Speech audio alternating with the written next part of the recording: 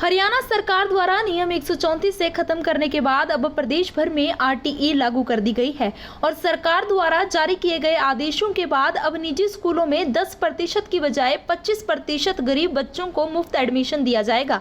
जहां एक और सरकार द्वारा जारी किए गए आदेशों की पालना के लिए शिक्षा विभाग के अधिकारियों ने अपनी तैयारियां शुरू कर दी हैं, तो वहीं दूसरी तरफ हरियाणा प्रोग्रेसिव स्कूल कॉन्फ्रेंस के प्रदेश प्रवक्ता सौरभ कपूर ने जारी किए गए आदेशों में खामियां बताते हुए एडमिशन देने से साफ इनकार कर दिया। फिलहाल यह कहने में कोई गुरेज नहीं होगा कि आने वाले दिनों में एक बार फिर से गरीब बच्चों को मुफ्त शिक्षा के लिए परेशान होना पड़ेगा। जिला शिक्षा मौलिक अधिकारी ने बताया कि सरकार के आदेशों के अनुसार निजी स्कूलों में आरटीई को लागू करते हुए 25% गरीब बच्चों को एडमिशन का प्रावधान किया गया है। देखिए, पहले थी 134A हमारे प्रदेश के अंदर, अब उसको ख़त्म कर दिया गया है। 134 को मर्ज कर दिया गया आरटी के अंदर। आरटी का मीनिंग ये है कि कोई भी बच्चा कक्षा उम्र 6 से लेकर 14 साल का बच्चा बाहर न हो स्कूल से वो पढ़ाई करेगा, जिसके लिए फ्री एजुकेशन है। बच्चे को कॉपी किताब कोई फीस नहीं ली जाएगी बच्चे से। मीन्स हमारा ये है जो सरकारी स्कूलों में आप लोग देखते आ रहे होंगे, चल रहा है हमारे पास में। अब ये लागू किया इसी तरह से 134 को सरकार ने ख़त्म करके मर्ज कर दिया आरटीई के अंदर। तो उसमें क्या है कि जो बच्चा अपने नियरेस्ट स्कूल जो भी है विदिन 1 किलोमीटर या तो गवर्नमेंट में पढ़ाई करे या प्राइवेट के अंदर पढ़ाई करे, बच्चे को पढ़ाई बहुत ज़रूरी है। जो हमारे मान्यता प्राप्त स्कूल हैं प्राइवेट स्कूल, उनके अंदर भी लागू होगा इसी वर्ष से, जिसके अंदर 25% सीटें उन बच्चों के लिए लागू होंगी जो आरटीई के दौरान के तहत दाखिला लेंगे, और ये प्रत्येक स्कूल के लिए कंपलसरी है जिसको मान्यता मिली हुई है सरकार से। हाँ, ये केवल पहली क्लास में लागू होगा। मान लिया किसी के अंदर 100 बच्चे की सीट है किसी स्कूल के अंदर कक्षा पहली के लिए, तो 25% का मतलब 25 बच्चे SC ST विकलांग या कमज़ोर वर्ग के, आर्थिक रूप से कमज़ोर वर्ग, जिन माँ बाप की आय जो है 1,80,000 रुपये होगी, उससे नीचे वालों को ये उनके लिए लागू है। वो कक्षा 8वीं तक पढ़ के जाएगा फ्री ऑफ कॉस्ट, पहली में दाखिला। वहाँ ये LKG या परी जो भी आपकी छोटी जो क्लासेज हैं, परी क्या प्ले स्कूल बोलते हैं इसको हम, वहाँ ये लागू वहीं भी होगा, या तो पहली क्लास में होगा या फिर वहाँ लागू होगा। 1,80,000 रुपये से कम की इनकम होनी चाहिए और लेटेस्ट उसका बिल्कुल नया प्रमाण पत्र होना चाहिए। पुराना नहीं चलेगा इसमें, PPP का हो या अपना SDM तहसीलदार जो भी अथॉरिटी देती है कॉम्पिटेंट अथॉरिटी, उसका बिल्कुल नया बना होना चाहिए। परसों यह लेटर आया, कल मैं पंचकुला मीटिंग में था, तो आज मैंने आदेश कर दिए हैं सभी खंड शिक्षा अधिकारियों के अपने अपने ब्लॉक के अंदर वो सुनिश्चित करेंगे। और इसका एक वहाँ से वो भी आया हमारे पास डायरेक्टरेट से कि 26 अप्रैल तक बच्चा या माँ बाप अपनी एप्लीकेशन जमा करा सकता है स्कूल के अंदर। ट्री का जो पहले ड्रा होगा ये 25 के बाद में होगा। 29/4 को एक फर्स्ट ड्रा होगा, अगर बच्चे ज़्यादा हैं वहाँ पर।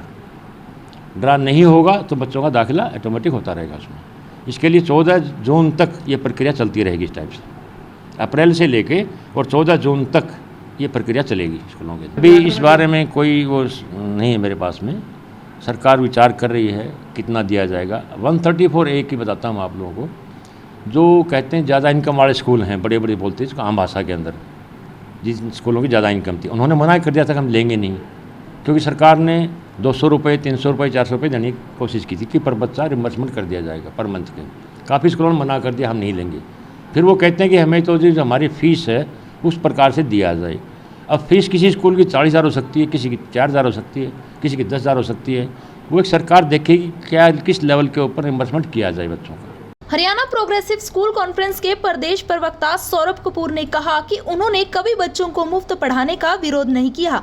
वह हमेशा सरकार की पॉलिसी और बनाए गए नियमों का विरोध करते रहे हैं। सौरभ कपूर का कहना है कि सरकार ने आरटीई को लागू कर दिया है, लेकिन अभी तक इस संबंध में स्कूल संचालकों से किसी भी तरह की कोई बातचीत नहीं की गई है। उन्होंने स्पष्ट किया कि नियम 134A का विरोध भी केवल इसी कारण हुआ था क्योंकि उसको लागू करने की प्रक्रिया गलत थी। आरटीई जिस तरीके से 134 से लागू हुई थी यहाँ पे, और हम लगातार उसका विरोध कर रहे थे और कानूनी लड़ाई भी हमने लंबी लड़ी।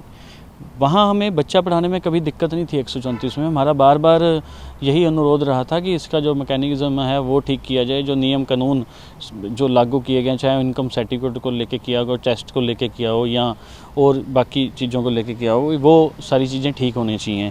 मगर सरकार ने उसकी तरफ कोई ध्यान नहीं दिया और इसी का कारण था कि हमने कानून की लंबी लड़ाई लड़ी और लास्ट ईयर हमने 134 में बच्चों को दाखिला भी नहीं दिया। ये मजबूरी में हमने नहीं दाखिला दिया, जबकि हम 6-7 साल से बच्चे पढ़ा रहे थे। अब आरटीई की एक नोटिफिकेशन जो है सरकार द्वारा जारी कर दी गई है। सिर्फ नोटिफिकेशन के बिहाफ पे इतना बड़ा जो ये कार्य सरकार ने किया है वो नहीं चलेगा। हम बार बार कहते हैं कि एसोसिएशन हैं जहां बच्चों ने पढ़ना है, उनकी राय लिए बगैर अगर कोई भी नोटिफिकेशन, कोई भी कानून बनाया जाता है तो वो सरासर गलत है। हमें बच्चा पढ़ाने में कभी कोई दिक्कत नहीं। आरटीई 15-18 स्टेटों में पहले भी लागू हुई हुई है। अगर सही तरीके से आरटीई लागू की जाती है हमें उसमें कोई दिक्कत नहीं है। मगर अगर ऐसे ही आनन फानन में ये फैसले लिए गए और नोटिफिकेशन या चिट्ठियाँ जारी होती रही तो हम कड़ा विरोध करेंगे। हम एडमिशन इस बार भी नहीं देंगे बच्चों को।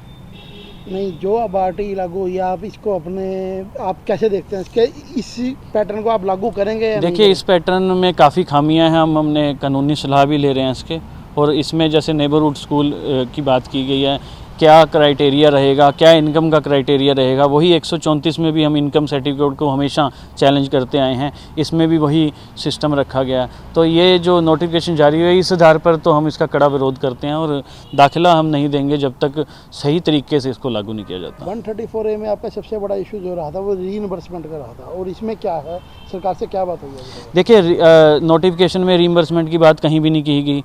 हम सरकार को कह रहे हैं कि पहले हमें बुलाएं, हमें बताएं कि रीइंबर्समेंट कितनी दी जाएगी। और लगभग जो 1 लाख बच्चा 134 में ऑलरेडी पढ़ रहा था 6-7 सालों से, उसकी रीइंबर्समेंट की बात भी अभी तक फैसला नहीं हो पाया और आगे आरटीई लागू करने की तैयारी कर रही है सरकार।